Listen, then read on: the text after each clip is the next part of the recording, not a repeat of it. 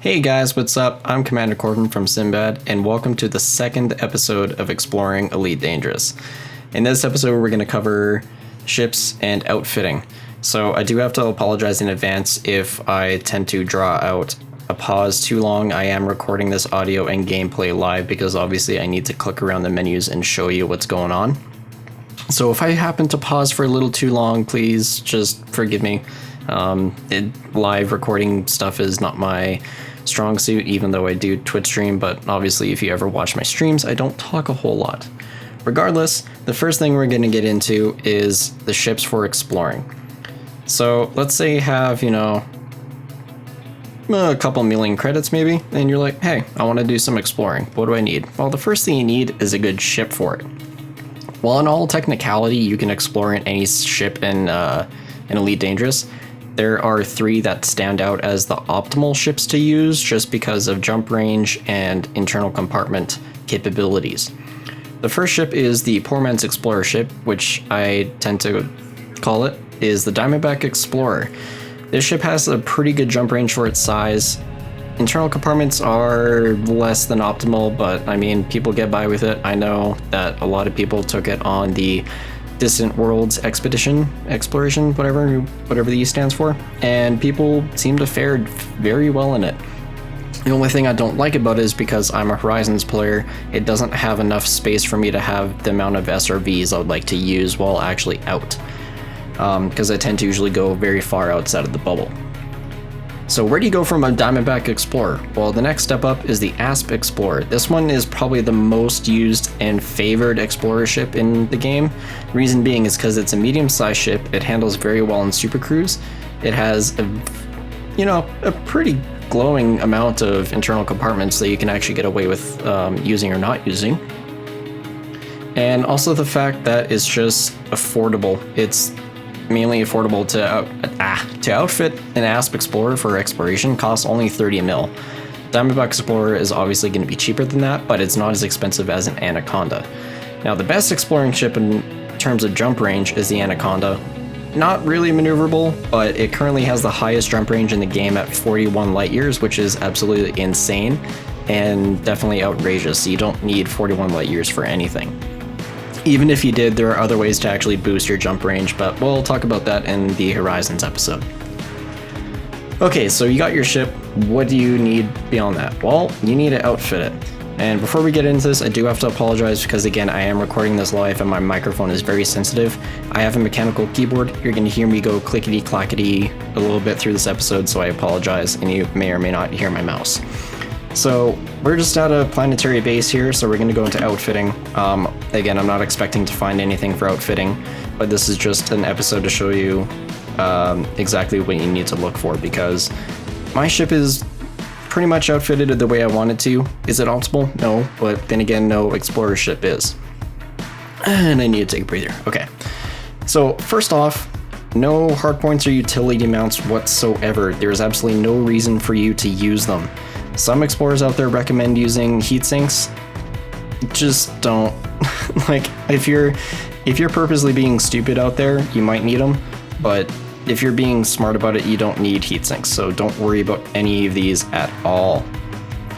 So actually getting into the meat of outfitting, the first thing we're going to look at are the must-haves for your ship. The first thing you need is you need to max out your frame shift drive. So if you see this number here, go for that number and go for an A grade of that number. Of course, an Anaconda has a class 6 frameshift drive housing, so I have an A6 frameshift drive. If your ship happens to have, say, a maximum class 4 frameshift drive housing, then get an A4 frameshift drive. That will max out your jump range quite a bit. Quite a bit. It's not going to max out fully because there are some other things you need in order to actually boost that number. The second thing you're actually needing is a high-grade fuel scoop. Now, I actually, I'll be honest here, this is the third time I've reshot this video because I had a discussion with a clanmate in Sinbad earlier today about why fuel scoops are needed, essentially, and why they actually save time in having over fuel tanks. The reason why I prefer and recommend that you go with, so every ship has a maximum, like a high grade internal compartment, put a fuel scoop in that. Now, it's very expensive, I will warn you. Reason being is because the way that pricing works on fuel scoops is very weird. A lot of people say it's logarithmic, but I tend to go with the fuel time slash fuel credit ratio. So like exactly how much time it takes to fuel up while you're scooping, and exactly how much you're taking in at that time. Because obviously the more you're able to take in is going to cost you a little bit more for a fuel scoop. So I recommend fitting your best internal compartment with the fuel scoop. You don't have to do this. If you're very tight on budgeting, I don't recommend you do this. If anything, try to put it in the next two classes of your internal compartments and you should be fine. The third must-have you want to do is you want to max out your fuel tank for your actual fuel store compartment. So whatever the biggest amount of fuel you can get, just max it out. You'll be good there. Don't need to worry about it after that. So those are the must-haves in terms of just basic exploration. You need to max out your frameshift drive, you need a fuel scoop, and just max out your fuel tank. Boom, done. You can technically go exploring from there. Now for the actual bits and pieces of the loadout. So this next bit is kind of for Horizons players. So if you're like me and want to actually land on planets because it's super fun and really cool, you need planetary vehicle hangars. Now this is where I kind of actually get into where I classify an exploration ship as a short-term or long-term exploration ship. To me, the Diamondback Explorer is a short-term exploration ship because it's very hard to make it last outside of a couple days for me, just because of how the internal compartments work and exactly what I want to do with the exploration ship is just not enough. So to me, it's a short-term exploration ship. The Aspen and Anaconda are more towards the long-term exploration ships because I can make them last a whole lot longer because I have 8 SRVs on my Anaconda, as you can see here.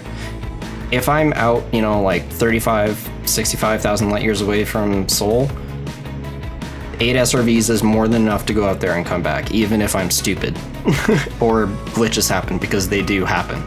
So if you're gonna use Horizons, bring SRV bays. If you're going out super far, make sure you have a minimum of, I would say 2 to be safe, but optimally you want 4 or more depending on your ship. It's very hard to get more than 4 SRVs on an ASP, so I wouldn't recommend going past 4. If you can achieve 4, great. If you can only achieve 2, that's fine. Just be very careful with those 2 SRVs. With an Anaconda, I recommend at least minimum of 4 SRVs, just because Anacondas are generally a lot larger ships that you can actually carry a lot more stuff on them without affecting your jump range too heavily. So if you're able to, definitely put more SRVs on there. The next thing you're going to need if you're a Horizons player is you definitely need a shield generator. For whatever reason, the physics of the game don't translate shock very well, and when I say shock, it's just like absorbing other forces. So if you land on a planet without shields, your landing gear does not absorb that force that your ship lands with. It instead transfers directly to your hull, and you will take about 2 to 5% damage every time you do this. And that of course can increase when you land on a high gravity planet. So you definitely need shields so it can actually absorb that impact. You don't need a really good one, you just need something that's super minimal that can just absorb a tiny amount of gravity damage. So that's why I have it in a class 4 slot, but the actual shield is a D3 rating. So that's all for Horizons players, is you just need SRVs and shields. If you're not using Horizons or don't want to land on planets, remove SRVs, remove your shields. You don't need them, don't worry about them, you're perfectly fine. It saves you a couple extra light years of jump range actually. Now everything else, I do have to go into a little bit detail about it. So most explorers at this point saying once you have your must-haves out of the way, just degrade everything else. And what degrade is, well, most people will be like, degrade means downgrade, right? Technically, yes, but to explorers, no. Degrade means taking the actual letter class of the internal compartment and setting it to that. So as you can see here, I have a power plant, which is a D6, thrusters are a D7, life support D5. So as you can see, everything else is a D letter grade that is not a must-have.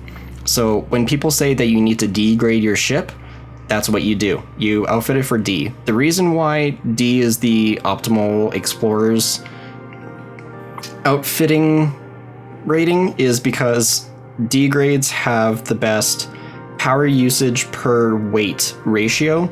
That just makes jump ranges a lot more efficient, because if you go either up or down from a D class, it will either take more power or just hinder your mass a little bit more and will start eating away your jump range. The reason why this makes no sense. I don't know why technically you'd think that, you know, A grade stuff would be also light and power efficient, but that's not the case. So you just kind of have to look out for that.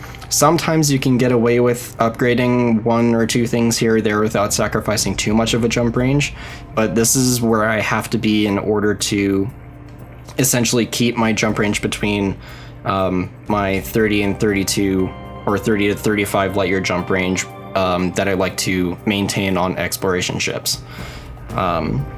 One thing that I do recommend if you are able to is to upgrade your power plant. The reason being is that a better power plant will regulate heat throughout your ship a little bit more efficiently. So if you have to stick around a star to fuel scoop just that extra couple tons without overheating, a better power plant will help you do that. It just keeps your heat down a little bit longer and vents it a little bit better. So if you have a better power plant, you'll see that your heat management is a lot better. Next thing on the list here, fuel. So as you can see, I have an extra fuel tank. This is just kind of added insurance for me, just because there are a lot of times where I choose a section of space that just happens to that I happen to jump into unscoopable stars. And unscoopable stars are, as they are, stars you can't fuel scoop. And that is a huge problem and something you need to look out for when exploring, and something I'll cover in the next video actually.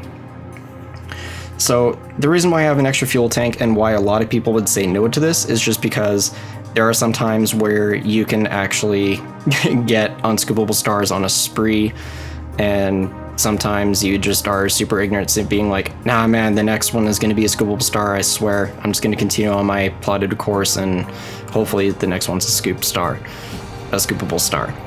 I just have this just because with bigger ships they use more fuel per jump, and just having a double-sized fuel tank just helps a little bit. On an Asp and a Diamondback Explorer, I recommend not carrying an extra fuel tank, because I think that Asp can actually natively have a 32-ton or a 64-ton fuel tank. One of those is correct. I believe it's 32 though. But the way that, you know, for the Asps and Diamondback Explorer sizes, you don't need an extra fuel tank just because they use so little fuel on jumps. So I don't recommend putting an extra fuel tank on any other ship other than an Anaconda. If you wanted to be minimal about the fuel tank, you could get away with a 16-ton, but I just use a 32 just for added insurance. Now, your bread and butter of exploring are going to be your two main scanners, your Advanced Discovery Scanner and your Detailed Surface Scanner. I recommend putting these two on your lowest class ones just because they use less power that way, because obviously you don't need a class 4 Detailed Surface Scanner or Discovery Scanner. It's absolutely useless. If you don't know, the Advanced Discovery Scanner, essentially when you jump into a system and you don't see anything on your map, it's because you don't know where anything is. The Advanced Discovery Scanner has an infinite range, so it will discover everything there is to find in a solar system when you jump in. Essentially, like, even just when I'm still warping into the star, I'll already have activated my Advanced Discovery Scanner just because it saves me a couple seconds every time I go to scan a system. And it comes up with everything that you need to see, so you don't have, you know, limited range of like 500 light seconds to be able to discover something, because there are a lot of times where you'll find a system that has something that is like 400,000 light seconds away from the home star. The next scanner here is the Detailed Surface Scanner. A lot of people are kind of frustrated with this because it tends to have a very unpredictable range of which it actually starts to scan something. But essentially what the scanner does, it actually scans the object within the solar system to provide details about it. This is what gives you your money when you turn in data to Universal Cartographics. So essentially if you find a water world, you want to do a detailed surface scan, and it basically will pull up the data that tells you if it's terraformable, what it actually is, because you can literally look at it and be like, well, that's a water world, but your ship doesn't know that. So that's how you find out what everything is in the solar system that you just found. And this is also something that you use to discover something that no one has discovered before, but we'll get into that in the next video. So once you have your scanners, sometimes, depending on your loadout, you might have some extra spaces. Now, if you're using Horizons, I recommend filling that extra space with cargo racks. The reason being is because when you're rolling around on a planet, you'll sometimes come across points of interest that happen to have some gold canisters. And, you know, that's a couple extra bucks here and there, so why not? And the reason why I have so much is because, well, I literally had 3 slots, 3 internal compartments left, so I was just like, nah, screw it. Let's put some cargo racks on it. If you're not using Horizons, I recommend just leaving these empty, and it saves you unlane jump ranges, or lane jump ranges, I believe, but it essentially just boosts your jump range just a little bit. However, there are some stuff that non-Horizons players can actually find, which can turn into a lot of credits. Sometimes when you're out and about in, you know, an uninhabited star system, you'll come across those random signals, and they'll always come up as salvageable wrecks. When you enter them, you'll find usually 1 or 2 canisters of scan data, I believe it's called, and you can pick that up, and they're actually worth quite a bit, and they actually add system data to your ship if you don't have it. So sometimes you can actually discover something about a couple planets in the system without even having to do a detailed surface scan.